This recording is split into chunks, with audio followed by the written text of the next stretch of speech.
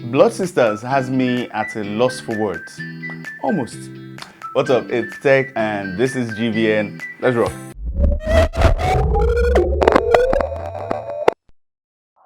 Hey, what's up? Welcome to the channel. This is GVN where we review movies, series, comics, animations, and video games. Alright, today it's Nollywood again, and this time it's Blood Sisters. Now, first and foremost, congratulations to our winners on our Doctor Strange Multiverse of Madness ticket giveaway. One of you has gone to see the movie and I saw the video and I'm like, thank you for posting, we really appreciate it. Thank you for every one of you that participated, every one of you that keeps supporting the channel. This is a big thank you. We are growing and I really like that. More followers on Instagram, more subscribers on YouTube, and it's all thanks to you guys, you human beings, not bots. So thank you very much. Now, quick backstory before I go on to the review. I had one person, two people, three people and more asking me, have I seen Blood Sisters? I should review it. And you know one thing about us in Nigeria, we know how to hype for Africa. Like it has to be just one random thing and they were like, ah! Sorry, but that was what it felt like to me for Blood Sisters. And I'll be honest, in my head I was like, okay, maybe this is worth watching and worth reviewing, so let me figure out what this movie is about. And then I opened up Netflix, typed in Blood Sisters, and lo and behold, it wasn't a movie, it's a series. And it wasn't just 1, 2, 3 episodes, it was 4 episodes in total, averagely about 50 minutes each. I was like, hey God. Oh my God! And see, the reason is this. I have stuff that I legit want to watch and I'd love to review too. Like Ozark, I'm still yet to see the final season. That's the part 2 of season 4 of Ozark. And I really want to see it because Ozark is one series I absolutely love. But it's a series, there are other real life stuff I'm doing and I'm like, I can't see it yet. So imagine looking at this and start doing the math. I started doing the math. I was like, okay, so averagely 50 minutes, so 5 times 1, 5, 5 times 2, 10. I was like, oh wow, I'm going to be spending about 200 minutes on this thing. I told myself, okay, look, if you're going to spend about 200 minutes on this thing, then there is no way in this life you're pulling back any punches. If this series is not worth my time, I am going to blast the hell out of them. I will not hold back any punches, and that is what this review is about. I'm going to say it 100%, like I've always said it in every review, but this time more 100% see, if you get what I mean. Alright, so that's it for the backstory and on to the review. Blood Sisters is directed by B. Bandele and Kenneth Gian. It is the first Niger Netflix limited series. It was done in partnership with Ebony Live TV, and if you guys remember, there was the thing about Chief Daddy 2, so this was like sort of their redemption in my eyes. But then, yeah, that's it. Oh yeah, and one other thing, turns out that many years ago, when many of us were much younger, some of us were probably not even born, there was a movie, a Nigerian movie also titled Blood Sisters, and it stars Omotola Jolade and Genevieve Naji. When I saw that thing on YouTube, it was actually very funny because I was like, yeah, that was Blood Sisters at that time, and I could imagine what the poster would look like compared to this one now. But that's just a quick fun fact for you guys. Now, this one stars Enedima Okoji and Nancy Isime, who play Sarah and Kemi respectively. They are best friends who become fugitives after murdering a man, and now they are on the run from both the law enforcement agencies and his ruthless family. Now, that seems like quite the intriguing backstory, and something I did was, I did not know this series existed. I said earlier that I thought it was a movie, not a series, right? So I never even saw the trailer. So for me, this was a fresh, brand new experience. And we are introduced to all the major players like Deyemi Okolawon, who plays Kola Ademola. We get to see Gabriel Afolayan, who plays Femi Ademola. We get to see Kehinde Bankole, who plays Olayinka. She also happens to be Femi's wife. And then we get to see Udwak Ademola, played by the one and only Ketenshaw Nuttall. Now, I'm going to say this right off the bat. It felt weird to me, so I just feel I have to mention it in this review. See, even without knowing these guys in real life, I knew for a fact that there was no way Ketenshaw would have been both Kola and Femi's mom. I could understand if she's Genoveva's mom, that's Timei, because she looks much younger.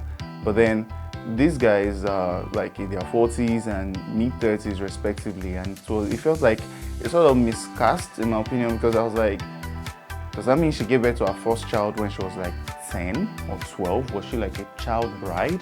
And that relationship, it felt weird to me initially too, when yes, I know dude is the favorite son, and I know these guys are rich and posh and whatever it might be, but then dude keeps kissing his mom, and I was like, yeah, that feels weird. It just felt weird to me. It's something I just have to let off my chest, so that's why I'm just saying it now. But then moving on, we see the opening scene with Femi. He has someone who gets into his car. This guy is some kind of hitman who is also tech savvy, because this is a high-end car, and somehow in a crowded market space, this guy was able to unlock the car and get in, and they transacted their business, right? So I'm saying this about the hitman, Blade. So put that in one hand. Now, it looked like, oh wow, like things are about to go down. And then we see Kola in the next scene, he just finished this nice sketch of his bride-to-be, and is talked a big game with this guy, so he has given them the pitch, and he's ready. Then he gets into the chopper and he goes straight to the location of his engagement party. So you see that the stage is already set, and this family seems like a very posh family, rich family and all that, right? But now we are at the event itself, we are at the hotel. A lot of different characters are being introduced. You get to see Uche Jumbo, who plays Uchenna, Sarah's mom, and to get to see Kepi Ekweyong as a dad.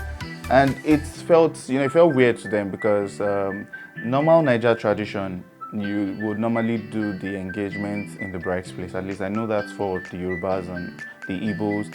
And really, most tribes, I think you would go to the bride's place to do the engagement. So yeah, the dad had a little bit of the issue with the fact that they were coming to an area that was dictated by the groom's family. But hey, when money speaks, people listen. And that was the classic case in this one, because this family, the Ademolas, are opulent, and they are a top game in pharmaceuticals compared to the rest of the people around them, especially the bride's family, who just seem like a middle class to low class family. Now, at the engagement ceremony with all the major players present, we get to see that the mother, she has a love for just the son, Kola, and she shows her disdain for Femi's family. So both Femi, his wife, and even his son, she is not accepting of them. And it was clear, and that clearly shows that there is strife in the family. And I'll tell you from the get-go, the moment I saw that, I just knew that the person, the hitman was contracted to kill the brother. Like, I just knew. It was clear that, okay, there is bad blood in the family, and this guy is the younger brother, but he runs the business instead of the older brother, and now the older brother just wants him out of the way. That scene was enough to make it clear, because this was a golden child, and this was the random nobody child that she doesn't even care if he exists or not. And you would think that's all. Everybody has been introduced, but then we get introduced to Uncle B, played by Ramsey Noah. See, Uncle B, I'll say, for that first episode, even though he did not say a word, I think it was the major person for me in that entire episode. While I know a lot of good stuff happened, I know that, but then I really just enjoyed his presence in every scene that he was in. Without saying a word, you could feel his presence, and I really did enjoy that. Now, we move on. The engagement continues, and then we see that there's a bit of a commotion. And who's causing the commotion? His name is Kenneth. So Kenneth happens to be Sarah's ex, and it causes quite the scene when he kept saying, "Don't marry him, you are making a mistake," blah blah blah, and he gets walked out of the premises, right? But then we go back to the hotel room, and prior to this time, we see that these two ladies, that's Kemi and Sarah, are tight, like their bodies. Initially, when they were even introduced, I thought they were sisters.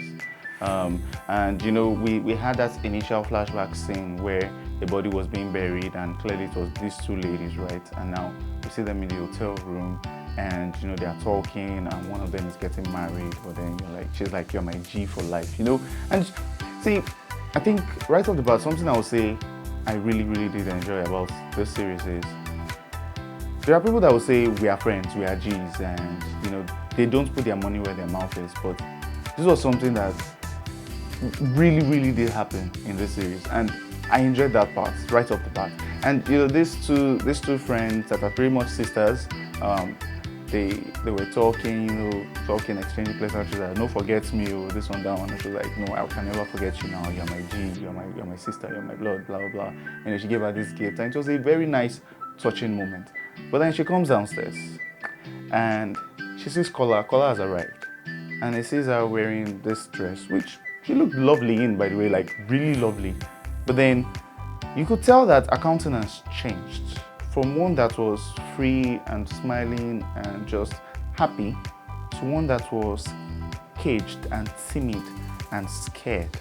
And I was like, what the hell? Like, yo, isn't this the person you are getting married to? And like, irrespective of whatever the situation might be, you should be your freest with him. But then, he draws in, and then he whispers to her that this is not the look he wanted this is not the dress he wanted her to wear. And she was like, yeah, but she feels this one looks better on her. But then you would think that was all. But no, dude goes in closer and tells her to go change. And I was like, okay, so this is the kind of relationship this is. Well, something's about to go down. And you think that was all, but then when she was done changing, her best friend Kemi sees her, and she just gave her some excuse that blah blah blah. I think I prefer this one better. It looks nicer, blah blah. She just gave her some kind of excuse, which Kemi wasn't buying, because remember, as they were introduced earlier, this is her friend, and it's not just audio friend. It's not friend with mouth. This is her paddy, a G. So when Kemi saw that, Kemi was like, yeah, I'm not buying this, but okay, let's just go with this. And then now, Kenny has caused the scene. Mr. Kola goes up and is crying. So you see a teardrop from his eye, and he was questioning her. See, at this point, you can see that she's scared. And even without seeing the trailer or anything, like, I know nothing about their relationship. In my head, I was like, I hope this guy is not about to hit her. I hope he's not about to hit her. And then he just decks her right in her stomach, and I was like, God in heaven, this is insane. Why is she engaged to this guy? Why has the relationship even gone this far? And he decks her, he tells her it's her fault, and she's crawling away from him. And God, that scene. See, well, I mean, real life situation right now. There is the Johnny Depp and Amber Heard case happening, right? And whoever is closest to you as a man is the person that knows your buttons. The woman closest to you will say the thing that could just take you right off the edge, right? But personally, I'm still of the opinion that a man should never touch a woman. I know many people will not agree with me, and yeah, you can tell me why in the comment section or whatever, or your opinions. But I just feel a man should never hit a woman, irrespective, because one basic thing you learn in biology before I go back to the review is, as a man, when we hit puberty, our skins actually get thicker, our veins start to pop. See, for ladies, it's the opposite. Their skins actually get softer. So at the end of the day, when you think about it biologically, what do you want to hit in a woman? It makes no sense. Why are you hitting her? You get, but in this case, it was just stupid. And somehow, so you knew, it was like she was anticipating that he would hit her, and then he hits her, and there she was crawling on the floor and him blaming her. I was like, man, this is messed up. Like, this wedding should not be happening. And like, that was what I said. Because I was a novice to the entire premise. I had not seen anything in the trailers, so I do not know what would happen next. But I was just like, nah, this should not be happening. And then we move on to the engagement ceremony itself downstairs, the engagement dinner. And the family of the bride was talking. The dad gets up to talk, and he's talking and he's talking. And you can see the disgust and disdain in the mother's face, Ketenshaw, whom I would add, by the way, she played the part of the narcissistic, vile, evil witch mother very well. Like, from the get-go, talking to future daughter-in-law that do not disappoint me, just looking down on other son and his kid and his wife. And now, she was just like, can someone just shut him up? She had utter disdain for the family, and it was clear with her reactions. So this was going on, and then you could tell that this lady was not happy, because hey, she had just been decked, and her friend Kemi noticed, because she was looking at her babe. She was like, babes is not looking all right. It's like she's not smiling. So what's going on? And that is happening. And Mr. Man, now we see that, of course, the sketch that he was doing initially when he was being introduced was a sketch of his future bride, which he now presented to his family, or to the wife's family as a gift. And everything was looking touching and nice and all that. But at this point, this lady was not happy. Sarah was not happy in any way. And she tries to see her mom, Uchenna, tried to tell her that, yo, this is not working. I want to end this marriage because he hits me. Now, when she said that to her mom, and this is something that I have seen happen once, twice, thrice, like uncountable times, when a person is being abused, man or woman, especially woman, and in this case, it's a woman's case, but she's being abused. And then you hear people whom she has decided to confide in to tell, ask her the question, what did you do? No. While I understand that there might be something she has done in a different instance that might have caused it, right? Don't ask a person what they did. The fact that they have been abused, they have been hit in one way or the other, should at least make you empathize with them and ask what happened. Hear the story. Don't ask them what they did like it was their fault. And in this case, it was the mother telling her, she was asking her that, do you want to throw everything we've worked for because of one slap? Yes, one slap is enough. One slap is all it takes for that to end. Because abusers, once they do it once, twice, and they realize they can get away with it, they would continue. Like, it's a pattern. And it was insane. And I was like, God damn. Like, clearly, they're all about the money in this case. And it was clear because the mother kept saying it, that the father's loan, that is thanks to the family, the business is afloat, and look at how she's dressed. And I was just like, oh God, like this is just messed up, honestly, because I was beginning to feel sorry for her. And I would say, Enedima, you did an amazing job playing this character. Like, you had me from the beginning, honestly. And I didn't even know there was more good stuff to come, but from that scene, I was just like, God damn, this lady is such an amazing actress. I like what she's been giving me so far. And now we move on, and then we see that, okay, this time Kemi comes into our room and she has a conversation with Kemi, and Kemi told her that he hit me. Kemi was like, he hit you, like, this is like, you said the last time if he does it again, it's going to end. And he has done it again. So that now made me understand that, so he's not a first-time offender. And it was clear that he wasn't a first-time offender, because you could tell by her body language when she entered the room and Mr. Man was crying that wasn't just what it was supposed to be, you know, like she was expecting some form of abuse. And then Kemi tells her that, yo, you can't continue with this thing now. You can't marry this man. That you want to wait till he kills you, because that is what is going to happen. These things happen. It's going to hurt you. It's going to kill you. And it's so here's the thing. Yes, here is what's happening in this scene. You know, simultaneously while this conversation is happening up top, Kola is downstairs speaking with his best friend, and then his mom comes in, and then his mom is telling him about the ex played by Toke Makinwa. She's telling him that she calls her every day, crying that she would have preferred it if he married her instead of Kemi, instead of Sarah, whom he's about to marry. And then, yeah, lo and behold, speak of the devil, the ex comes in and she's trying to seduce him, and she's saying one more kiss for the road. And you know, he was like, no, I'm not going to do this and all that. And you know, it made me wonder that, is it because maybe the ex is of maybe good stock in the mother's eyes, right? Or also similarly rich family or something. That's why she's more approving of her. But then they just didn't work out. And then Kola is abusing Sarah because Sarah is from a poor family and he knows he can get away with it. That was what I was thinking when I saw this play out, because it did not look to me like things went abusive between the two of them when she came to try to seduce him, but it was like, he's not going to do any of this. Now, this entire time, one thing I have not mentioned, which if you've watched the series, feels like the elephant in the room right now, the hitman. Now, the hitman was looking very hitman-y throughout the entire scene, that engagement scene. It was looking like someone with a nefarious objective. Now, this has been established that this family is like a mega rich family. They are top farmer stuff. Like these guys are mad rich. Now, even for middle class families having weddings, there are many of them that you can't enter without an invitation, and your invitation will probably only allow you for a plus one. You are not entering with two people, one of you will have to stay outside. Now, in this case, we now have this man who entered the hotel. Okay, he entered the hotel.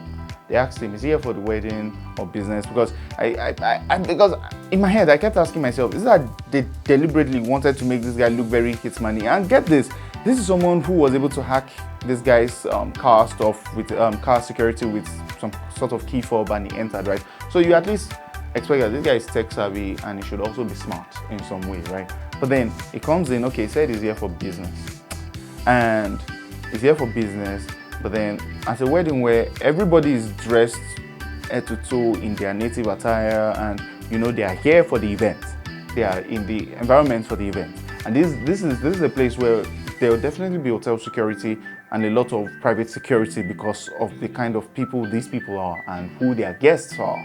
And then there's this random guy who looks very hitman-y, I will say again, with a jacket at an event like this. I mean, come on, you stick out like a sore thumb, man. Like, I don't know what they were trying to do with that, but I know maybe it's all culminated to that action fight that happened later on, and which I would say the stunt was quite good. But the fight that happened later on, and him getting apprehended by the police, but I don't know, it just seemed very dumb in my opinion. How about this? Here's an alternative. What if in that very first scene where we see these guys, he gives him an invite, right? He gives him an invite, and then this guy dresses up in a killer native attire. He's at the reception at the front desk. He's asking, he's being asked, why is he here? He says for the wedding, because he has an invitation. I mean, for a wedding like this, whether the bride or the guest, or the groom, you would not know everybody. It could actually be a friend of the groom's, right? And he dresses in a way that even the photographers take a picture of him, that they will use a Ovation magazine or whatever magazine, right? He has his Ebuka look, that kind of stuff. So he has that look. That's like the perfect cover for you. You come to the event. I mean, if anybody's looking at you, they're looking at you to admire what you look like, not because you stick out like a sore thumb. And then that way, even the groom will not be able to clock you. And let's say you even give yourself away in some way or the other, and then the groom clocks you, and then you guys fight later on. That, I think, is still a better way to tell the story of the hitman at that event and fish him out. Instead of having him look all hitman-y and stuff and not smiling. And at some point he was even, hitting people. He had already been clocked. He just, I don't know. See, this series was going all good, but that guy just kept sticking out. And I was like, why isn't someone on set mentioning that? Because that looks very, very off, and this was a scene where the makeup artists, the costumiers, you could tell that, man, they went all out. Like, this thing looked really good. But yeah, moving on to the guy being apprehended. He was apprehended, and then we see Genoveva Ume, who plays Timei, the youngest sister of the family. She also seems like the black sheep because she just got out of rehab, and when she introduced herself at the engagement party, it was crazy. She was mentioned earlier, and she was mentioned like a side character that might not appear, but then she comes in with so much swagger, and she was like, who does she have to screw to get a drink in this place? And you could tell that, oh no, this one is trouble. She's trouble in a very small package. That was what she looked like. And after the fight scene was done, Kola walks up to her and tells her, if anything happens to me, look to our brother. So there was already a sort of seed sown in her by her brother. Now, while all that is happening, the guests have arrived. Engagement is about to start. And Kemi goes to meet Kola that Sarah wants to see him upstairs. It was like the engagement is about to start, and the best friend was also saying the same, that she just come downstairs. Then she tells her that, look, this engagement is not going to happen if you don't go upstairs to see her. Now, here's the thing. I wouldn't fault Sarah's character. I won't, for what's about to happen next. Because here's the thing, this guy is abusive. He's rich. He's powerful. People like that, there are telltale signs that come with people like that. It just comes with the territory. They don't know how to take no for an answer. Like, if at the end of the day, after you've made them jump through hurdles and they get that yes from you, they might now still be vindictive enough to punish you. But see, that initial no, it's not something they'll take for an answer. So now you confess to him that you can't do this anymore. The abuse is too much. You told him last time, it's not concerning. And then what does Mr. Man do? He just says, oh, he's sorry, he broke your heart, and walks away. Of course he didn't. Like, no, he didn't. He strangled you. Of course he strangled you. Why would he try to strangle you? He's a rich, narcissistic, abusive human being. Anyway, here he is about to kill her. He starts beating up Sarah. And then Kemi comes in. Kemi tries to get him off her, but he also beats her. And he said it, like he made it clear, which he was about to do, that yo, I am going to kill the two of you. And here's the truth. And it's the Nigeria we live in. Someone that rich and powerful will get away with the murder of two randoms. He just will. And he was sure of that. He gets. Now here he's about to kill Sarah and then get onto Kemi because he's beating Kemi. I think a center table was also broken and she's on the floor. But then the silenced pistol which he got from, or the pistol with the silencer which he got from the hitman after he beat the crap out of him and apprehended him, just slips and falls. And lo and behold, next thing you hear was, and Mr. Man got a bullet in the back, and that was enough to take him out. Now here's the thing, pandemonium has struck because now he's dead. And they have clearly one of two options. First up to that fact that he's dead, try to prove their innocence, and yeah, we know how that story will go. So they went with option B, and I mean, they were freaking out. While I'm not a fan of crime and all that, I could understand the situation that they were in at the time. So what did they do? Well, the show must go on downstairs, right? So they wrap his body, put it in the bathtub, in the toilet, and go downstairs. But before then, while they were freaking out, his best friend comes. And yeah, he's looking for him. Where's the groom? Where's the groom? Kemi, Nancy Sime, she initially, when he asked, she was like, no, he's not here. Not there. No, he was here, but then he left like 1 or 2 minutes ago. So his friend was like, okay, maybe I missed him. And then he moves on. Now, they get downstairs. They are at the engagement party. She goes to her parents, dances, kneels down, and that was a very tense moment because clearly they know where he is, like where his lifeless body is, to be more precise. And they are dancing with everybody expecting him. And she goes to her family, her parents, she kneels, she gets the palm wine to look for her man to give it to him. But then he is nowhere to be found. She plays the distraught bride. I mean, of course, she's also distraught. And here's the thing. Even though she's distraught, we know she's distraught for a different reason. Because all she wanted to do was end things. She did not want this guy to die. But then he got super physical and she had to defend herself. So we know that this went down. But then, of course, the rest of the crowd doesn't know. And there his mom is and the rest of the family, they are looking for him.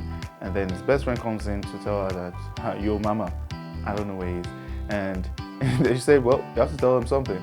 So he announces that there's been some hiccup, but then, of course, the engagement did not end up holding. And the mother was pissed, but at the same time was glad.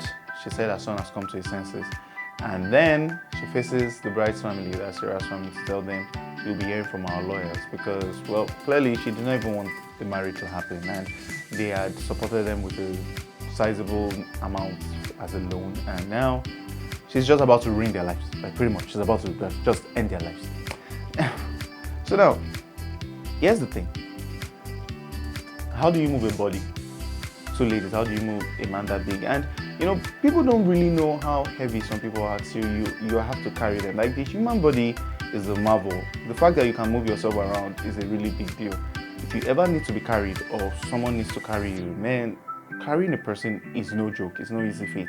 And of course, the whole sequence with going to the kitchen, getting the clothes of the staff of the hotel, chopping off his head, man, like that scene was was crazy with Sarah telling Kemi that it looks as if he's looking at me like, come to the side, come to the side. I was really, I mean, I'm smiling now, but you could tell that these ladies, they brought it. Like Ine and Nancy, they really brought it. They played the part of ladies that had never committed murder, knew they were in trouble, but just had to somehow get out of it. And then, the chopping off of his head, and then realizing, oh no, this was a bad move. Blood everywhere. I'll say the makeup team did a good job with all of that, the blood splatter and everything. It was really nice. It did not look tacky or anything like that. It looked like this was real. Like this blood was spilled and splattered all over. And they cleaned up. They found a way. They put him in, I think it's the laundry bag of the hotel, and they were moving him around. And now here's the thing, it wasn't until after I watched the trailer, that's when I was done with the series and I watched the trailer, then I realized that the photographer that was in the parking lot sleeping was actually a photographer at the event also. So it wasn't like he was just placed there randomly. And I think that's something I'm going to just say I've liked about this series so far, and I liked about it watching everything, was a lot of things were deliberate. A lot of things were connected. It wasn't just some random BS of you just see something that happens just because of plot convenience. I mean, there were one or two things which I'm going to mention, but then for the most part, I think they nailed it. Now, one of the things that I'll mention that was sort of a plot convenience thing. Now, I live in Nigeria, and while I know that this movie, there were a couple of things that they did that made it look like this is the idealistic Nigeria. This is Nigeria that we would like to have, but this is not the Nigeria we live in. One example is this voicemail. So his friend was looking for him even at night after the wedding, the engagement ceremony did not happen. And then he called, the number rang, nothing happened, and then it was dropping a voicemail. I don't know if, please correct me if I'm wrong, if voicemails are not a thing in Nigeria, but I think a better way would have been to send him a voice note on WhatsApp. Like it's that easy, or with his iPhone, send him a voice note on iMessage. So, it was a case of, okay, he can't get him. Instead of continuing with the voice note, which is not a thing in Nigeria, just, guy, where you did, something. That was what I thought would have been the better option than that voicemail thing, because voicemail is not a thing in Nigeria, so why are we trying to fake it? You get. Now, we are now in the next scene, which is the ladies dumping the body into the trunk, and then the photographer seeing it, taking pictures. Now he wanted to follow them, but he couldn't because his car gave him issues, so the engine was stalling. But then he has pictures of them putting his lifeless body into the trunk. Now, while it's not clear that that's the groom's lifeless body, Kola's lifeless body, you can put one or two together. The wedding did not happen. This is the bride and her best friend moving something that looks like a body into the boat, dressed in staff clothing. I mean, come on, you can just put it together. So it does not take a Sherlock to figure that out. And speaking of Sherlock, we're introduced to Detective Obasanjo, the detective from Chicago for the past 20 years. I think I like this character. At first I was like, why is a Niger detective? Yes, it's plain clothes, but why is he also speaking Funab? But then they gave us that line of him being a detective in Chicago for 20 years. So I was like, nice explanation. Let's move on. So he was buried, and you could tell like this is not something these ladies want to do. So it came out of necessity. They just had to do it, and it was clear that there was that camaraderie which I liked throughout the entire series. That it wasn't like one person blamed the other for finding themselves in that situation. I really, really, really admired that about their friendship. It was really touching for me, because it was a clear case of one could have easily blamed the other one. That yes, he was about to kill me, but you don't need to kill him. The other one could have said, if not for you, that I was trying to defend you. No. None of that happened. And I really like that. I really like that about their friendship. I like the way it was written. It was really good. But then now they buried him. We see that she's distraught. That's Kemi. We see the scene of her, washing the old thing off her body and replaying the scene, and yeah, you could feel her pain. Like you could tell that this is not what she wanted for her life. Like she was distraught, and Kemi, even though Kemi is not a murderer, Kemi seemed to be, handling it a bit better than Sarah, because she was more of a pragmatic person, the way I saw it. Yes, she can be emotional also, but she was pragmatic in the sense that, look, babes, this is the situation we found ourselves in. this is how we have to do. We have to go moving forward. And you know, now they have to get their story right, and she has to play the jilted bride and all that. And the mother was more than happy to kick her out, and she played that role well. And she told Genoveva that Timane not to associate herself with film. I mean, she even went as far as saying every room she's been and everything she has touched to be sterilized. Like, yo, Ketenshaw, madam, you murdered the narcissistic bitch very well. Honestly, you played that role well. And that was like, man, like she doesn't even rate these people. And yeah, we keep moving on to where now it's gotten to the point where, okay, this is no longer looking like a joke. This guy has been missing for longer than expected. And now even his mom is sending him yet another voicemail. See, it should have been a voice note. If the call does not go through, it's a voice note. This is Nigeria. We don't do voicemails. Like I said, as far as I know, correct me if I'm wrong in the comment section, but we don't do voice notes. So now she's telling me, okay, this has gone on long enough. Come home now. Yes, you've come back to your senses and you're not going ahead with this marriage. I'm happy with that. Come back to your senses. Come home. But yeah, he's not responding to anything, and the photographer, you know, it's understandable that, okay, even randomly when you try to meet a lady in a supermarket, depending on her mood, should that give you the audience or not, depending on actually a lot more circumstances. But then in this case, the photographer did it, and yeah, she just gave him the old apex shift. Go away, I don't have time for all of this. He showed her the first image, just squeezed that and threw it away, and then he showed her the second one. We caught her attention. And it's a classic case of blackmail. We see a montage of these ladies going to the bank. It was nice product placement with Access Bank anyway, the ATM and then the counter. We see them just putting together all their money, which was not mentioned, which I think is sort of like a good thing, because then we don't know how much exactly, but all we know is even after he got the first payment, he wanted more. And here's the thing, Kemi made something clear that, yo, we just have to give this guy, or we have to find a way to keep handling him, keep dealing with him directly, because this guy is sitting on a gold mine. It could go to the authorities, it could go to the Ademola family, they will pay him handsomely, and either way, we are screwed. And it made sense. And now brings us to the next plan. Now, the first time was manslaughter, but this time was now premeditated murder. And, you know, while it wasn't something that Kemi would initially mention, it was now a case of they had their backs against the wall and they had to just do something to push back. And while Sarah was reluctant initially, it was clearly looking like they did not have any other way. But now they had to find a way to do it, to dispose of him. And since they did not keep the gun from the first murder, they had to find another one. So it took her to the scene where she had to meet with her ex, who is a drug dealer, and he had the weirdest laugh in the entire series. that laughter was weird as hell. Then the whole scene played out, and then she got the gun from him. Now she's about to meet with him. She wants to, you know, show him the money, but inside it was a gun, and he quite easily disarmed her, which honestly, even though the guy is not like some sort of trained firearms expert, you know, she has never like really used a firearm before, so it could be understandable that he was able to sort of easily disarm her, and he did. But then the next thing was what was actually very unexpected, because this time it was Sarah coming to defend Kemi.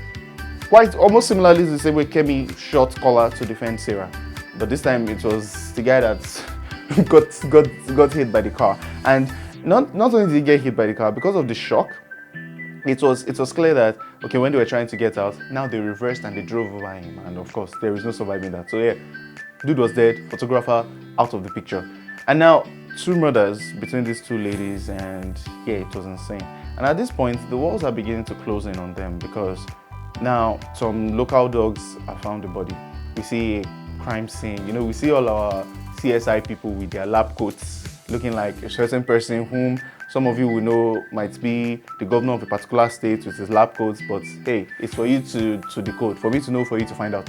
But yeah, and then I saw the old police line do not cross thing, and I was like, I've seen different crime scenes in Nigeria, but I don't think I've ever seen that yellow tape.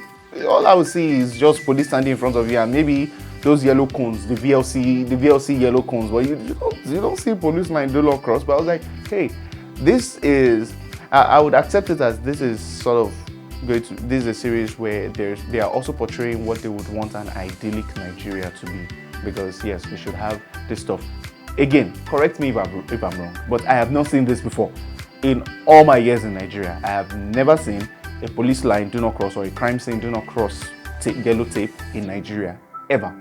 But yeah, the dogs found the body, and now it's been revealed in the news that all that talk about his brother saying his brother Kola, that's me saying Kola is abroad. Kola is not in any abroad. He was in some shallow grave somewhere and was decapitated. And yeah, we see that, okay, there's also a murder weapon and everything has been found. Now, these ladies realize that it's only a matter of time because the walls are closing in and yeah, everything is going to end very soon.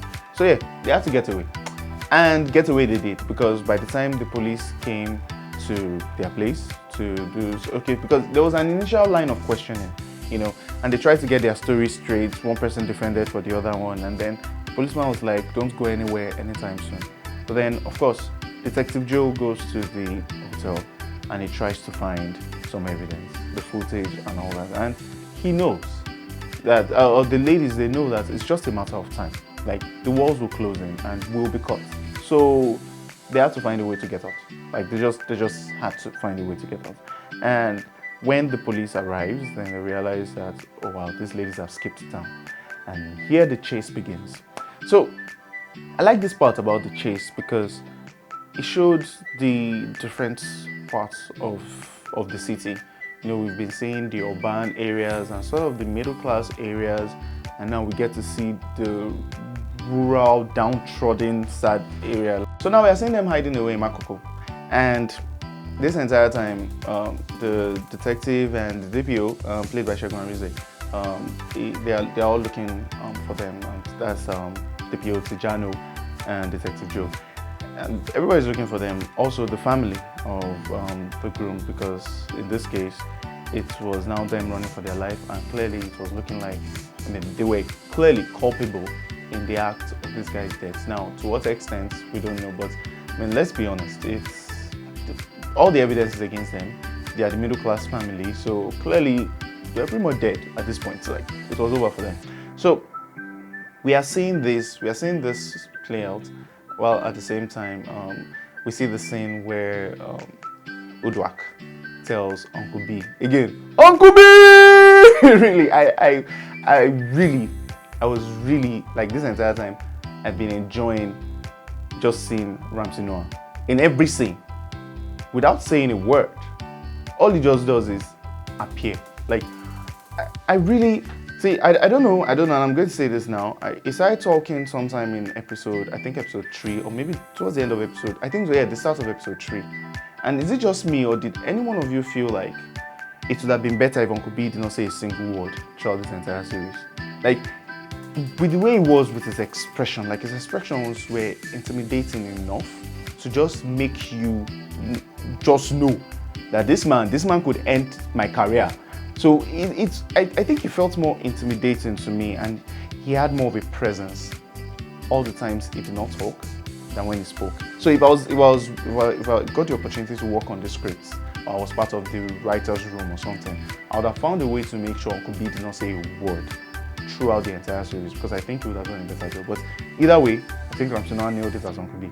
Now, moving on, we see that, okay, the ladies are in Makoko and they are hiding away. And now, remember Kenny from the wedding, Sarah's ex? He's been brought in by the police for questioning. And like I said earlier that with that old police line do not cross and the voicemail thing, right? This is also another area where I see it as more of an idyllic Nigeria, not the Nigeria we know. Because here's the thing, Kenny is a nobody. That's one. The Ademolas are somebodies. 2. This is Nigeria. 3. There is no way in hell. Like, there is no way in hell. Let's be honest with ourselves. There is no way a nobody will be picked as a probable suspect, or knowing the whereabouts of the suspect in the death of a somebody in Nigeria, and you will see that civil interrogation scene happening. There is no way. Please come and fight me in the comment section. I'll fight you back. But there is no way There is no way that guy would have been seen without either one swollen eye or a wound somewhere that they've not used iron. We know how it is in Nigeria. Now, while I'm not an advocate for it, but the truth is that, while that scene was nice, it was civil. It was Kenny speaking with Detective Joe, and then, talking about the fact that his guy is quite abusive, and you know what they say about those who live by the sword. Yeah, it was all cute and stuff, but really, in Nigeria, that is not a reality. That wouldn't happen. It's not civil. Nobody does not get to talk when he's a suspect in the murder of somebody. When there is a random nobody even walking by, there are so many people in the prison system here in Nigeria that they did not know anything about the crime. I'm not saying this for a fact. So I'll say allegedly, but then we know there are stories that we've either read in the newspaper or some blog somewhere that are grounded in fact and reality. That scene was just a bit of a disconnect for me, but I'd just told myself when I saw the voicemail thing and the police line did not cross that. This is just a sort of idyllic Nigeria that the directors and the creators want to be. So let's just move on. That scene was cute, it was nice, and then we move on. And the guy goes to tell the DPO Segun Arize that Tijano that I don't think this guy did it. Like he has nothing to do with this murder, but then he just said he should still keep him in holding for the time being. So now we see Uncle B driving because one of his contacts has told him he's found the location where the ladies are hiding, right? And this entire time, Kenny is helping them out because he's out of police custody. So he's helping them out, to try to get a new life, new passports, and all of that good stuff. But then now Uncle B knows where they are, and yeah, Uncle B goes in, he sees these ladies and he starts attacking them. And here's the thing, yes, he's the man and he's more hardened and he has a lot more fighting experience than they do, and these are those regular ladies that would never think they would need to fight to save their lives at any point in their life, right? But then they had to, and yes, he was beating them, but then this thing happened, and which maybe I could understand and I could let go of, because this was something that it happened once, it happened twice, it happened thrice, it happened 4 times, and then I think it was the 5th time that it took him out. The stool. I don't know if you guys noticed, but it was always the stool. So when they were fighting, he kept pushing. Then it was the stool. First time, boom, nothing happened. Just, and then he kept fighting. The stool again. Second time, 3rd time, 4th time. I think it was like the 5th time that he took him out. And yeah, they came in with a coconut head. She didn't even have time. She just put the thing, sets the place on fire. Yeah, he woke up. He got some burns, but then the scene continued. So this was them escaping, and this was him also escaping from the fire, right? Now the thing is, so at this point, Kemi makes a statement. She was like, okay, we have to leave him. We have to find a way to go.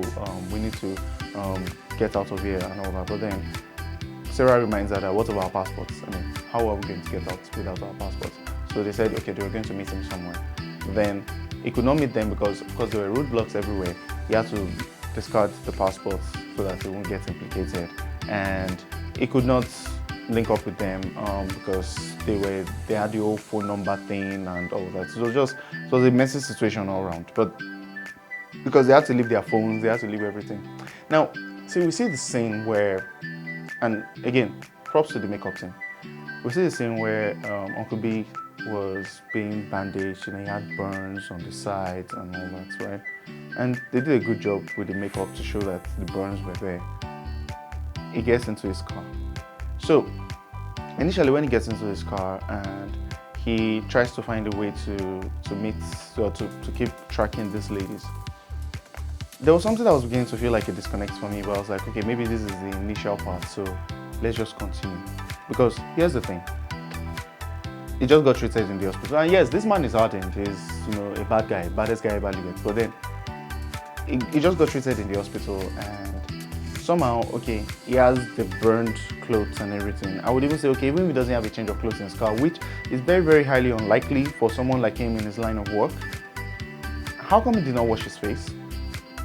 I'm just curious. Like, is it that it was just so down with the smell of soot and smoke and dust all over him that he just didn't want to wash his face? It doesn't make any sense to me, but I was like, okay, maybe this is just the initial part. Let's just continue. Now, we continue. He keeps tracking the ladies, and of course, on the Ademola side of things, sister, Timei, she's also, she's beginning to suspect her brother Femi, and she brings that up. She sort of alludes to it that the brother might know what's wrong with Kola, why he's missing, but then of course he keeps denying, because even though he plans to kill him, it's failed. So he is pretty much in the clear, but at the same time he's happy that he gets to now assume the mantle of authority. And when Timei was saying at least she has the degree and all of this so she can handle it, see this kind of disdain and the way her mother talks to her, that's Uduak. And I was just like, I don't know what might have gone down between this mother and daughter, but this woman has vitriol. She has so much hate inside her, and the only person she loves clearly is Kola, who is now dead. Honestly, knowing the kind of scum Kola was before he died, and knowing the kind of scum the mother is, when she was screaming in agony that her son was dead, I don't know if it was just me, but I wasn't moved in the slightest with all her tears and everything. I wasn't even bothered. I was just like, seriously, that was how I felt. But then, that was happening on the family side of things, and she was suspecting her brother, and she kept going at him, and it got to the point where, when she was already clean, and she's been clean for a while now, the mother just sent her into a downward spiral with all her abusive words and all the evil things that she just said to her. And her brother had already tempted her with the offer of drugs and alcohol and every other thing that sent her into rehab in the first place. And of course, she went back into that. A video was made, shown to the mom, and he suggested that he put her in this kind of really mad rehab center. It was one white garment rehab center like that. I don't know if that exists in Nigeria. If it does, man, that's twisted. But I hope it doesn't, honestly. But that was where she was put into, because that place clearly was no good for her. It was only worse. But yeah, that was that. When all of that was happening, I was like, God damn. I mean, it only endeared me more to Timei's character, because yes, while I could get that she was an addict, she was trying to do good. She was clearly trying to do good, but she just couldn't. I mean, when she went on the downward spiral, when she went to the club, and then Uncle B came and they just pushed the guy's face and did all that. I couldn't help but feel sorry for her. If there was one person I felt sorry for in that entire family, it was her. Genoveva, I think she did a really, really good job portraying the character. I once saw her in something small that I did sometime last year, so I was happy to see her in this one and to see her deliver in this one. It was really good. It was really well done. Now, when the ladies were on the run, Kemi calls Kola's best friend to explain their side of the story, but then to let him know that, see, your friend was abusive, and what we did was done in self-defense. But he wasn't buying it at the time, and he was like, I will. I hope you get caught and you feel the full force of the law. But then, that's so they see it inside him. He goes to meet the detective, he tells him what happened, and he told him he got a call. So here's the thing, and this is something that's real in Nigeria, but it was not portrayed in this series. And this is something that, if it was done in this series, I think the series would have ended since episode 2. Maybe somewhere in the middle of episode 3 at most. So, what am I talking about? In Nigeria, if you guys don't know, when the police actually want to work, they can actually track phone calls. Like, they will track you. So when the best friend went to tell the detective that she called me, I would think the detective, Mr. Chicago for 20 years, would at least ask for the number, or just put something around the police. If the police wants to catch a person who is on the run, especially on the run from such a powerful family, they would have the resources to be with close friends and family that these people might want to contact. So I'm talking about the family, that's Sarah's family. I'm talking about the friends. They will find a way to put those resources together. So that was a bit of a disconnect for me too, because I was like, yes, while I understand that this is Nigeria, you people were able to add voicemail, you're able to add police line do not cross, you're able to add normal interrogation process. These are things that we would want to an idyllic Nigeria, but don't happen. This police being able to track phone calls, it happens. They can triangulate a location, they can actually do that. Again, speaking of tracking, This has become a nationwide manhunt. The mom went as far as the IG to give him money for the manhunt, right? It clearly shows, what the power of corruption is in Nigeria with all of these things, which was good. I mean, I like the way it was portrayed. And clearly, when the detective was following another lead, his DPO told him, no, we have our 2 suspects, and these are the only people we are focusing on. And I'm warning you, don't do this with this other lead. Leave the family alone, because the lead he was following went to Blade, the assassin, and Blade, the assassin, linked to the brother, and he asked Timei what was going on, and Timei also mentioned the statement that if anything happens to me, the statement Kola made, that if anything happens to me, look to our brother. So he had his nose, he had his instincts on something, but then his boss kept telling him, only go this way, only go this way.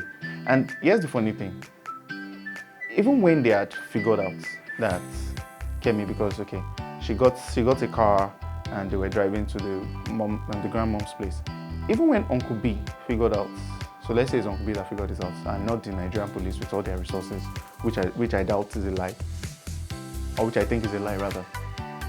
Uncle B figured it out, and then he told the police that I think she's going to her grandmother's place. He mentioned the hometown. So here's the thing, he mentions the hometown, and somehow these ladies still made it all the way to the hometown. Like, is it that there are no police stations around that area that the lady could not, the police DPO in this side could not call them there, and there were police waiting for them? But I'm getting ahead of myself. We get to see the ladies, the car totals, the engine stalls, and now they get a lift from the good Dr. Adebayo and his friend. And, with all the running, they had a moment to take a breath.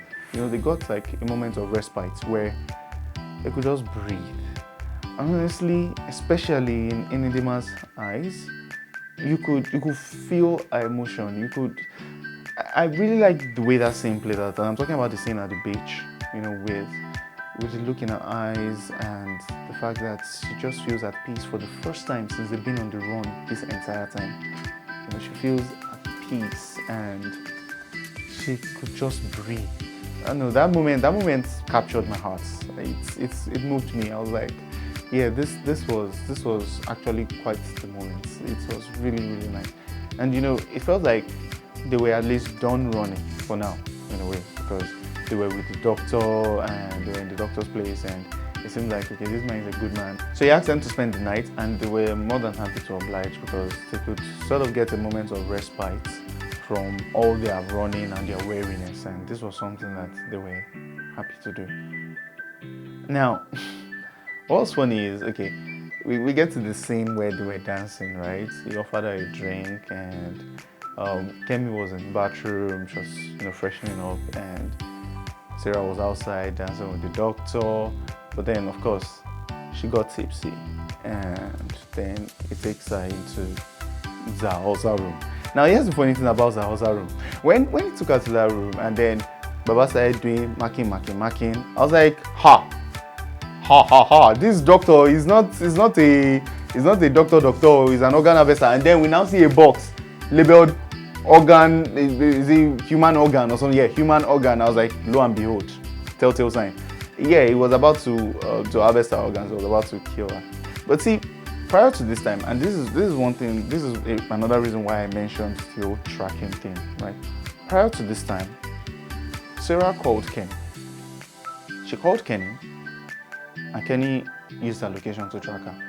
This is just a regular civilian using regular civilian tech or whatever, and he was able to track her. And then Uncle B, of course, he followed him, because it's common logic that people will try to contact people whom they are close to. So is that going to be a family member or someone like the ex whom she's still tight with? And then he follows him. Now, while this is happening, simultaneously, Auntie's already tipsy. She's on the table about to get her organs harvested, and Kemi's in the bathroom. Now, Kemi comes out, and she was surprised that the doctor just opened the door, and next thing we saw was and then she's knocked out.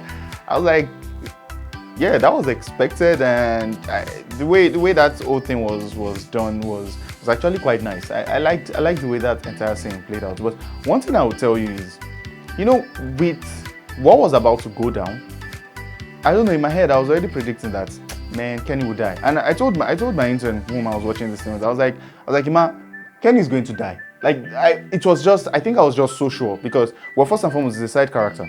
And secondly, I think the story is better when more people die.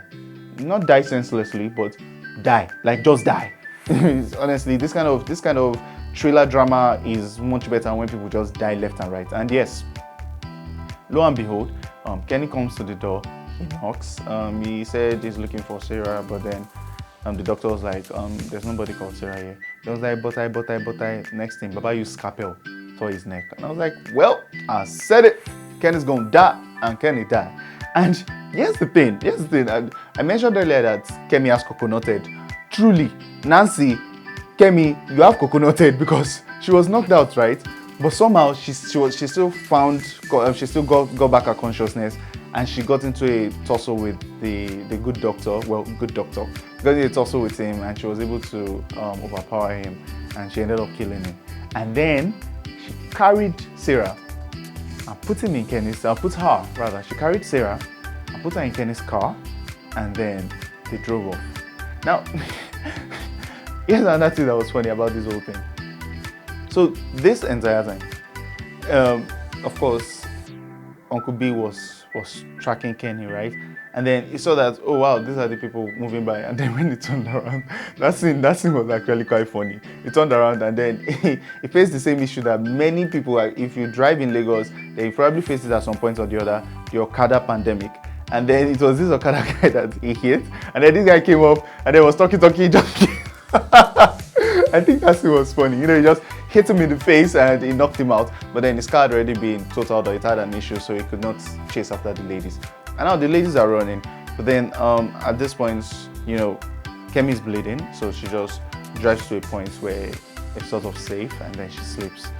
Now, Sarah wakes up and realizes, oh wow, Kemi's bleeding. Where am I? What happened? What did the doctor give me? She realizes Kemi's bleeding. Kemi explains almost all the whole thing for her, but then not explain the Kenny part to her. They continue their journey. Of course, in this case, Sarah has to be the one driving, not Kenny. And they continue their journey, but then they had to stop by at a village because Kemi is really worse for wear and she is like almost out of it.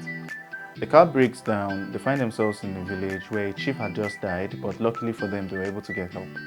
Now we move on to the scene where Uncle B is now with the police. So here's the thing. Uncle B seems to love the murd. Like, Uncle B is in the murd. I liked one thing, and which I noticed, the car kept getting dirtier and dirtier and dirtier as Uncle B was going through all these areas, right, all these surroundings. So that tracked with continuity. But one thing I did not track with continuity anymore was now that Uncle B had linked up with the police, his car was clean. So his car had just been washed. But somehow, is that Uncle B just forgot or just went to form hard guy that he did not change his clothes, but not just his clothes, he did not still wash his face. I'm sorry, but while I know hard guy is hard guy, I just couldn't wrap my mind around that. It was sort of a disconnect from reality. Why didn't he wash his face at the very least? And then why didn't he change his clothes? He should have changed his clothes by now. Yes, we know you were burned and it was fine with the whole scene. It sold that scene with the makeup and you getting treated. And yeah, you could wince once in a while because you are still feeling pain, but change your clothing, man, and also wash your face. But yeah, none of that happened. And now they found themselves in the village, the grandmother's village, Jokesiova. And they were talking and they were doing all this. And this entire time, it kept nagging at me like, why are you there? Don't you know that someone will come for you guys? She's your grandmother. She's related to you by blood. So somehow, you'll be found out. Like, you will be found out. It just goes without saying. You will be found out. I don't know. That part did not make any sense to me. But yeah, it happened and yeah, they were caught as expected. So now, Uncle B takes them.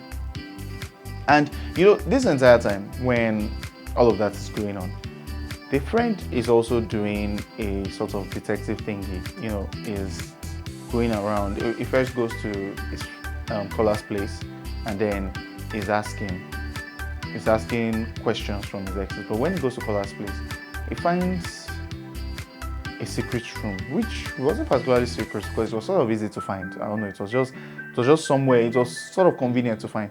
But he finds the secret room where he now sees that, oh wow, this my body actually tortures these ladies, like it tortures them, and even it makes sketches of the thing, like it's a sort of souvenir for him. And that part was a little bit sick. Now, I watched the trailer after watching the series, and I realized this was given away in the trailer. But honestly, for me, this was like such a sweet reveal. So here's where there's a bit of a disconnect for me. When we were finding out that this guy is a serial abuser, like he's abused every lady he's ever dated, then I'm like, if he abused Abby, and then we saw that because when the friend went to ask Abby that what went down between you and my friend Kola, she was clearly scared, and she asked him that, is Uduak aware that you are going around asking this question? And then she even mentioned that go ask Princess. So clearly she was abused because there was fear in her eyes. She was abused. And then I'm like, then why did we need that scene? That scene at the engagement party shouldn't have happened, where she went to him and she tried to seduce him and she was saying one more kiss for the road. I mean, is it that, okay, one more kiss for the road, you should not marry this girl? Do you want to go back to being abused by him? Do you understand what I'm saying? So yeah, that scene was only at the end of the day, because if truly she was also one of the ladies this guy abused and she has a scar to show for it, then why does she want to go back to the abusive relationship? It made no sense to me. So yeah, but then dude finds out, and I mean there was the other lady whose eye he took out, and he had a sketch of that too. So clearly he's a serial abuser. And while all of this is happening, there's also the other scene with Femi. Now, Femi is running the company, but maybe because he's not as business savvy or whatever the case is, the deals that Kola has put in place are beginning to fall through. And also, the Detective Joe has gone to meet Blade, the assassin that failed, he botched the assassination, but then is now beginning to blackmail Femi. He tells Ola Yinka about it, and Yinka tells him, you can't keep letting this happen. So the next meeting, something had to give, like it just had to stop. Now here's the thing, and I've said it before in a previous review about a Nollywood movie, Man of God, you can check that up here. But I mentioned this, that dear Nigerian directors, I'm saying it again, you don't need to spoon feed us. See, leave the intrigue for when you reveal it. At this point I'm mentioning now, this is episode 4, the final episode. We've stuck with you through episode 1, 2, 3. There is no way we are going to stop watching at episode 4. So, if you leave some things to intrigue, we'll watch. Why am I saying that? Femi leaves the house as proof that he wants to go do something, whatever it is with Blade. Give him the money, but then just make sure he stops. But then there is a look that is shared between Tunde, the bodyguard, and Yinka, the wife. She looks at him and then he was like, that already gave us some inclination that something's about to go down. That, for me, I'll tell you exactly what it felt like to me. The bodyguard is going to follow him and then he's going to kill this hitman. And that was exactly what happened, because he was too chicken to shoot, that's Femi himself was too chicken to pull the trigger, and then bodyguard just comes in and boom, takes care of business, and then they walk out of there. And that was exactly what I expected. Why? Because of that look. I think that look was not needed. You guys should have just taken that off the cutting, the edit table. Your editor should have just taken it out, and you should have just revealed that to us. Even though, based on the statement that was made earlier, it was already an indication that something was going to go down. But see, that look was just a telltale sign that, yeah, this was about to happen, and then it happened. Then, this happened, and at the same time too, because honestly, there were many things happening simultaneously. At the same time, we see our girl, Timei, in the rehab center, and man, she's out of it, like she's going through hell. And something I'm going to say now, right off the bat, is I know a lot of our Nigeria parents might still want to watch some of these things with kids around. This is not something you should watch with your kids around because it has a lot of mature themes. Even for a Nigeria movie, the level of nudity in this movie is plenty. Like, it is a lot. There is no way the Film and Censors Board in Nigeria would have allowed this to happen if this was going to, say, maybe the cinemas, for example. I absolutely doubt that. So yeah, do not watch this with kids because there are different scenes. I mean, if you watch the series and you know about the shower scene, the bathroom scene where these ladies were fighting, it was real. Like, it was really real. And Genoveva, man, you did an amazing job bringing Timei to life. Like, all the things she went through in that rehab center, it was so legit. The fights in the showers, the fights that night in the room, and then her seducing one of the wardens in order to get the key off him, and then running away. So she runs home. She goes to that scene to explain to the mom that he hired a hitman to kill our brother. Now she just says it straight up. And then, yes, Femi said, yes, I hired a hitman, but he failed. So I am not the one that killed him. I did not kill him. But then, at this point, the mom is distraught and she cries and she tells him to go. And, Timei goes to console the mom.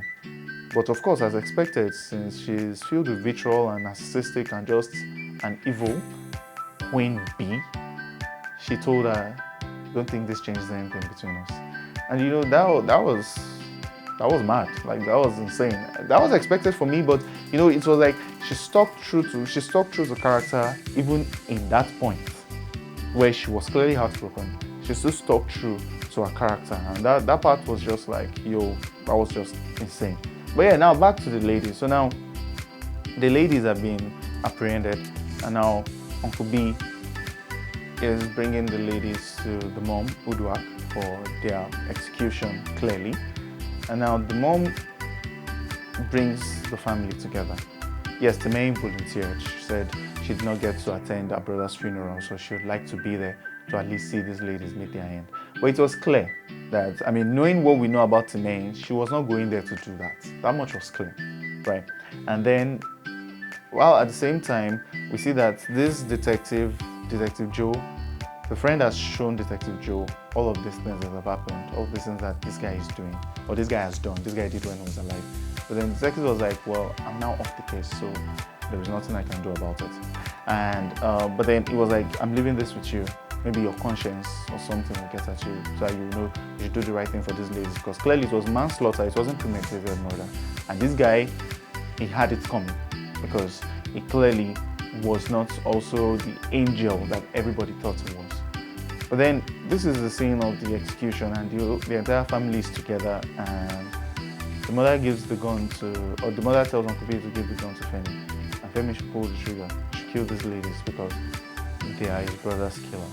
If he wants to take the seat at the table, if he wants to show that he's truly the head of the family, he should do that. But of course, the truth is, at the end of the day, this man is not a killer. He did hire an assassin, so you can say he's culpable, but he's not the trigger man. He cannot. This is something that Kola would do in cold blood that he would not do. So yeah, of course, he couldn't do it, and the mom is disappointed as expected. But then Timei says she's going to do it herself. Now she takes the gun, and what does she do? Well, first person she kills is Uncle B. So she takes Uncle B out, and of course everyone is surprised. And one thing I'm going to say though about this series is they know that they don't want to spend too much time doing the VFX for maybe gunshots and splatter and all that. So they did the whole clever thing with sound design and the camera. I like the way the camera was placed, where the gunshots went off. So it was placed in a way that you could tell that yes, a gunshot has gone off. I think there was a bit of the muzzle lights. So there was the muzzle light, the gunshot went off, and then Uncle B fell. Honestly, that sold it for me. It was more than enough. You don't need to do some fake VFX if you don't have the budget or you don't have anybody with the expertise for that or the time for that. That camera angle thing, it worked really well. It worked really well for me. And of course, now she points the gun at the family, and there's the bit of the exposition where she now said, now that she's lucid, she remembers exactly what went down. The mom killed the dad. She killed the dad because he found out about an affair that the mom was having, and the fact that Kola is not his son. And the entire crowd gasped. People were like, really? So yeah, it wasn't the son. Well, of course, we knew this already because of that cameo scene where the mother was grieving the son, and then we see the dad. I think that was Zakoji. So Zakoji had a cameo appearance, and then we had that little conversation between them. Honestly, I don't think that scene also was needed. I think we should have just waited for that ending when Timane was doing the review. So this is what I'm saying about Nigerian directors spoon feeding us. While I think I don't understand why, and I have nothing against him, but I did not feel the need for the Zakoji cameo in this entire series. Like, he only appeared in that one scene, and that one scene was a giveaway that there was an affair. Timane said everything, and I think that would have been a much better reveal at the end, because the end is that culmination when everything's happening, the aha moment, the oh moment. So I think that should have been left for the very end. We shouldn't have had to have this entire thing happen much earlier where she was grieving and all of that. That's just me. If you guys think differently, let me know in the comment section. So yeah, now we're at the end. The ladies are running away. They've escaped. There is the gun pointed at the family. Timane is letting us know about how everything went down. And now that the ladies are out, they see a car coming. And of course, these are people that are on the run and they were just about to die. So yes, they ran to hide. But luckily for them, it was Detective Joe, and he talked about it. And when he talked about it, so there was this tender moment between the two of them while they were hiding, where, Kemi told Sarah that you might still get some sort of leniency, but if I give myself up, I am done. I'm dead. I'm gone. But then Sarah looks at her and tells her, if you are guilty, I'm guilty. Anything won't happen, and me and you, man. That moment, I was just like, oh, I don't know, but it was a really touching moment. And these two ladies were resolute in their love, their bond, their friendship, and they came out. And when they came out, Detective Joe said he believes them, he understands what happened now, he will help them to the best of his ability. And then we heard 2 gunshots, and we are taken to the scene inside. Now in the scene inside, we see that Femi and Olayinka are laying dead on the floor. The mother, Uduak, is kneeling with a gun pointed at her head. And then scene. So now the series ends on a cliffhanger note, and of course, I think to many people that would feel incomplete. And initially, to me, it somewhat also felt incomplete, but it left the rest open to many interpretations. So here are multiple scenarios, my what if cases for how the entire thing plays out. Okay, so first thing. Now, first and foremost, I don't think, while I know Femi and Yinka are guilty for the murder of Blade, I don't think Timane needed to kill them. And here is why. Timane was innocent in all of this. See, if anybody was going to come out unfazed in the entire family, if anybody was going to run the company, whatever was left of it after the scandal or anything, it was going to be Timane. She was going to live the rest of her life scot-free, and she's now clean. So she was just, yes, emotionally damaged because of what the mom did, killing the dad, her using drugs and all that, but she was now clean. So I don't think, it's a limited series, so I don't expect a season 2. And please, you guys, don't get greedy and put a season 2. It's a limited series, one and done. But then, I don't think she should have killed them. I think she should have spared them, and her life should have continued. That's what I think. But here is what we have now. She's killed them. She's pointed a gun at her mom's head. So, what if scenarios? 1, she shoots her mom and commits murder too. So she kills her mom, commits murder, commits suicide, done. That's 1. Second, she kills her mom but drops the gun, gives herself up. So instead of the entire Ademola family ending, well, with the exception of the son, that's the Femi and Yinka's son, but instead of that, she kills her mom, doesn't kill herself, drops the gun. That's scenario number 2. Scenario number 3, she doesn't kill her mom, but just says she's done with all of this. She commits suicide. That's scenario number 3. Now, irrespective of whatever goes down between Timei and Uduak. Now, what about the ladies? So, also this is an idyllic Nigeria, so things might end up well for them. And what do I mean by that? So, yes, there is a mountain of evidence against Kola, but you still have to understand that it was manslaughter at the very least. It was manslaughter. And also, even though it was not touched upon again, there is still the murder of the photographer. Yeah, you can call it self-defense, but first and foremost, they pulled the gun at him. He was blackmailing them, which wasn't right, but then they pulled the gun on him, so he was also murdered. So, whether the photographer is found out or not, or whether it's tied to them or not, the ladies could be tried, and when they are tried, because of course they will have to be tried now that they are done being on the run. So it's one of two things. If they are tried, they are convicted for murder and the two of them continue their friendship in jail, or manslaughter and they get a lighter sentence, or who knows, they might be discharged and acquitted, but that is just wishful thinking. I don't think that would ever happen. So is that manslaughter or full-blown murder? Now that's the case for the two of them, and I think that is also another scenario that could go. But that's how cliffhangers go. They leave the audience speculating and guessing and doing a couple of what ifs and maybe not and maybes.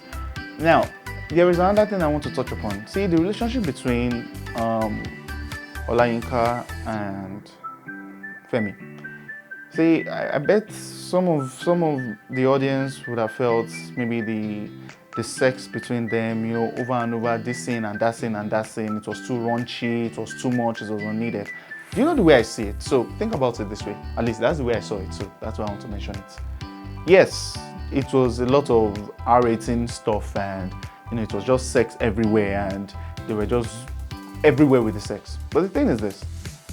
If you look at the nature of their relationship, it felt sort of transactional. It felt like it was being rewarded for accomplishing one thing or the other.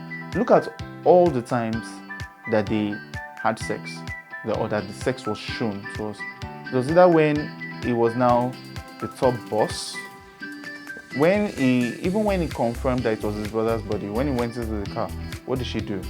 She leaned towards him, and of course she was doing stuff that he was asking her, what are you doing? Even though he was feeling remorseful that, yes, whether he pulled the trigger or not, this was still his brother. But what was she doing? She was rewarding him of sorts. So do you understand where I'm going with this? At the time when the Blade guy was murdered, the time when he was now the head, or many of the times, like the times you would see them doing anything sex-related, it was sort of like Yinka was rewarding him for doing something, for getting something, for accomplishing something.